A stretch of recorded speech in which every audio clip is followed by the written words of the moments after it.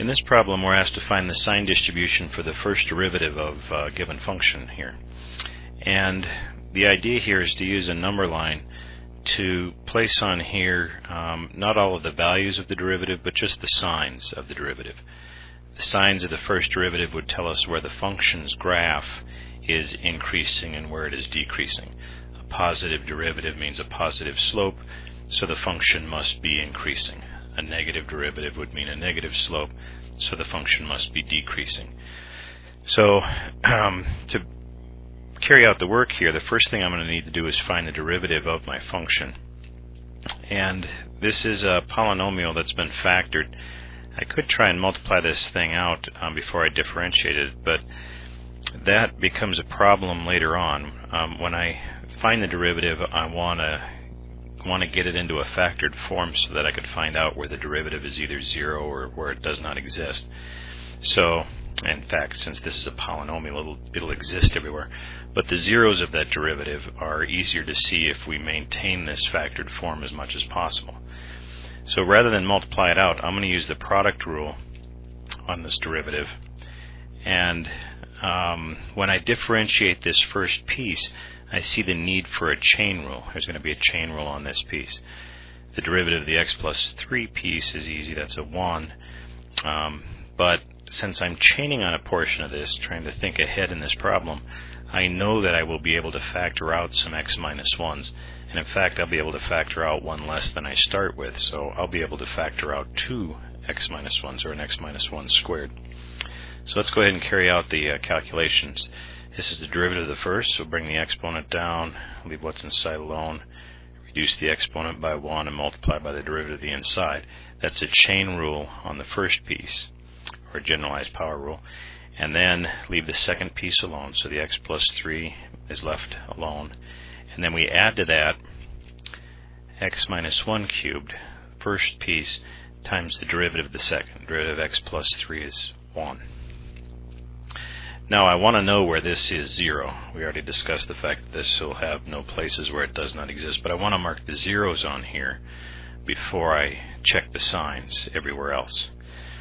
And the factored form is most useful there. Side of the plus sign, I've factored out 2 of the 3x minus 1, so I'm leaving behind an x minus 1. And now to finish this factoring, I'm going to clean up what's in these square brackets. The x minus 2 squared piece is easy to understand, and now I'll just distribute the 3 through this first part and remove the parentheses from the other. And one more pass to combine like terms in that second piece, and I see a 4x, let's see, 9 minus 1 will be plus 8.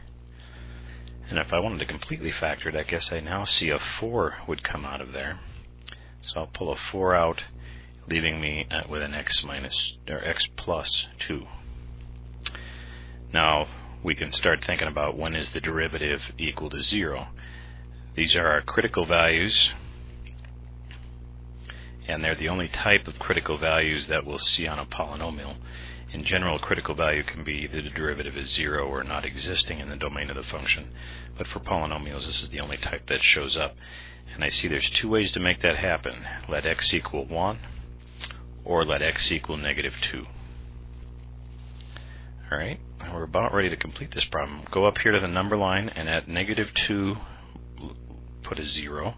And at x equal 1, put a 0. We've got horizontal tangent lines at both of those places. And now we'll just check the signs everywhere else. If x is larger than 1, let's see, when the 4 is always positive, the x minus 1 squared will be positive everywhere except 1. The only thing that's going to change sign is the x plus 2, so that's the one to keep a close eye on. When x is larger than 1, everything here is positive, so the product will be positive, which means our function is increasing. In between minus 2 and 1, again, positive, positive, and if I'm adding 2, this will also be positive. So I'm getting positives in here as well. So this is increasing.